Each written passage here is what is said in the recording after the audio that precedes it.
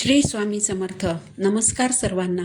श्री स्वामी समर्थ कृपा या माझ्या यूट्यूब चॅनलवर सर्वांचं मनापासून खूप खूप स्वागत. आजचा दिवस तुम्हाला सुखाचा, आनंदाचा आणि भरभराटीचा जावो हीच मी स्वामींच्या चरणी प्रार्थना करते आणि आज या नवीन व्हिडिओला सुरुवात करते. येत्या 25 जुलैला म्हणजेच शनिवारी आलेली आहे आषाढी एकादशी. आषाढी एकादशी म्हणजेच देवशयनी एकादशी. या आषाढी एकादशीपासून भगवान विष्णू निद्रिस्त अवस्थेत जातात आणि कार्तिकी एकादशी म्हणजेच देव उठणी एकादशीला भगवान विष्णू निद्रिस्त अवस्थेतून जागृत होतात. या 4 महिन्यांच्या कालावधीला चातुर्मास असं म्हटलं जातं आणि म्हणून या 4 महिन्यांमध्ये कोणतंही शुभकार्य केलं जात नाही. परंतु या 4 महिन्यांमध्ये आपण भगवंताची जी काही सेवा करतो तर त्याचे आपल्याला निश्चितच शुभफळ प्राप्त होते.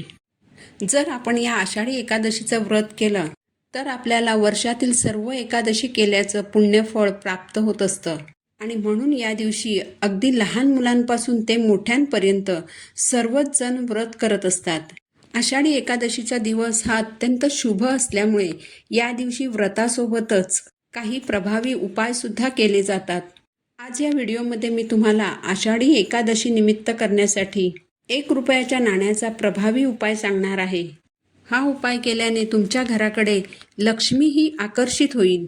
आलेली लक्ष्मी तुमच्या घरामध्ये स्थिर राहील. त्यामुळे वर्षभर पैसा, धनसंपत्तीची कमी होणार नाही. तर असा हा 1 रुपयाच्या नाण्याचा उपाय कसा करायचा आहे, कोणत्या वेळेत करायचा आहे, याबद्दलची संपूर्ण माहिती आज या व्हिडिओमध्ये मी तुम्हाला सांगणार आहे. त्यामुळे तुम्ही व्हिडिओ शेवटपर्यंत ऐका. चॅनलवर नवीन असाल तर सबस्क्राईब करा आणि असेच माहितीपूर्ण व्हिडिओ पाहण्यासाठी बेल आयकॉनला प्रेस करा. हा उपाय तुम्हाला आषाढी एकादशीच्या दिवशी करायचा आहे. हा उपाय करण्यासाठी तुम्हाला सकाळी लवकर उठायचं आहे, स्वच्छ स्नान करायचं आहे, लाल किंवा पिवळ्या रंगाचे कपडे परिधान करायचे आहेत. कारण पिवळा रंग हा भगवान विष्णूंचा आवडता रंग आहे आणि लाल रंग हा माता लक्ष्मीचा आवडता रंग आहे. यानंतर देवघरातील देवांची विधिवत पूजा करायची आहे. देवघरात जर भगवान विष्णूंचा फोटो असेल तर फोटो स्वच्छ पुसायचा आहे. भगवान विष्णूंची मूर्ती असेल किंवा विठ्ठलाची मूर्ती असेल किंवा जर बाळकृष्णांची मूर्ती असेल तर मूर्तीवर अभिषेक करायचा आहे. भगवान विष्णूंना चंदनाचा टिळा लावायचा, पिवळं फूल अर्पण करायचं, पिवळ्या रंगाचं नैवेद्य अर्पण करायचा, माता लक्ष्मीला लाल फूल अर्पण करायचं आणि धूप, दीप, अगरबत्ती लावून वातावरण अगदी छान प्रसन्न करायचं आहे. आणि त्यानंतर हा उपाय तुम्हाला करायचा आहे.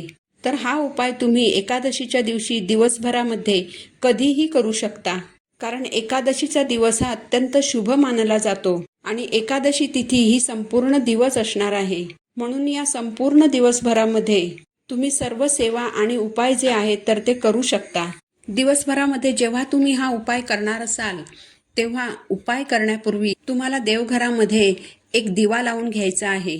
तर हा उपाय करण्यासाठी आपल्याला 1 रुपयाचं एक नाणं घ्यायचं आहे. यानंतर या नाण्यावर आपल्याला स्वच्छ पाण्याने अभिषेक करायचा आहे आणि हे नाणं आपल्याला भगवान विष्णूंच्या फोटोसमोर किंवा विठ्ठलाच्या मूर्तीसमोर किंवा बाळकृष्णांची जर मूर्ती असेल तर त्यांच्यासमोर हे नाणं आपल्याला ठेवायचं आहे.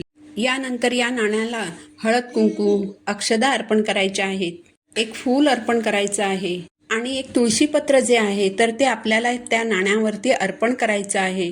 यानंतर धूप, दीप, अगरबत्तीने ओवाळायचं आहे आणि तिथेच बसून तुम्हाला ओम नमो भगवते वासुदेवाय नमः या मंत्राचा जप करायचा आहे.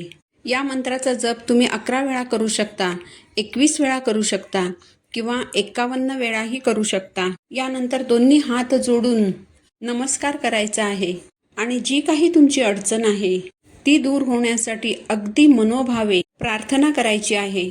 संपूर्ण दिवसभर, रात्रभर हे नाणं तिथेच तुम्हाला तुमच्या देवघरामध्ये ठेवायचं आहे. यानंतर दुसऱ्या दिवशी सकाळी स्नान केल्यानंतर तुम्हाला एक लाल रंगाचा छोटासा कापड घ्यायचा आहे. त्यामध्ये तुम्हाला हे नाणं आणि तुळशीपत्र ठेवायचं आहे आणि त्याची एक छोटीशी पोटली तयार करायची आहे. ही पोटली तुम्ही तुमच्या तिजोरीमध्ये ठेवू शकता. तुमचा जर एखादा उद्योग व्यवसाय असेल तर तिथे ही पोटली तुम्ही ठेवू शकता. कारण जेव्हा आपण हे अभिमंत्रित केलेलं नाणं तिजोरीमध्ये किंवा पैशाच्या ठिकाणी ठेवतो तेव्हा त्या नाण्याकडे लक्ष्मी आकर्षित होते यामुळे आपली तिजोरी पैशांनी भरलेली राहते. हे नाणं तुम्ही कधीच खर्च करायचं नाही.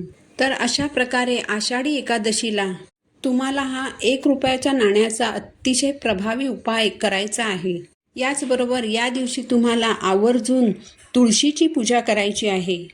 या दिवशी संध्याकाळी तुम्हाला गाईच्या शुद्ध तुपाचा दिवा तुळशीजवळ लावायचा आहे. एक छोटी प्लेट घेऊन त्यावर तुम्हाला हळदीने स्वस्तिक काढायचं आहे आणि त्यावर हा दिवा तुम्हाला ठेवायचा आहे. दिवा प्रज्वलित केल्यानंतर तुळशीला 11 प्रदक्षिणा घालायच्या आहेत. प्रदक्षिणा घालत असताना ओम नमो भगवते वासुदेवाय नमः या मंत्राचा जप करायचा आहे.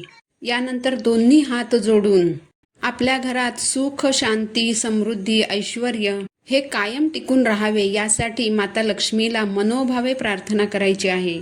याचबरोबर जर तुमच्या जीवनात कोणतीच गोष्ट तुमच्या मनासारखी घडत नसेल, नोकरीमध्ये तुम्हाला प्रमोशन मिळत नसेल, तुम्ही जर व्यवसाय करत असाल आणि तो व्यवसाय जर नीट चालत नसेल, कोणत्याही कामामध्ये तुम्हाला मनासारखं यश मिळत नसेल, तर आषाढी एकादशीच्या या दिवशी तुम्हाला धान्य दान करायचं आहे. कारण जेव्हा आपण धान्य दान करतो तेव्हा आपल्यासाठी प्रगतीचे सर्व मार्ग खुले होतात आणि प्रत्येक कामात आपल्याला यश मिळू लागतं. तर या दिवशी तुम्ही गूळ आणि चणा डाळ जी आहे तर ती दान करायची आहे. परंतु धान्य दान करत असताना तुम्हाला तांदूळ हा चुकूनही दान करायचा नाही.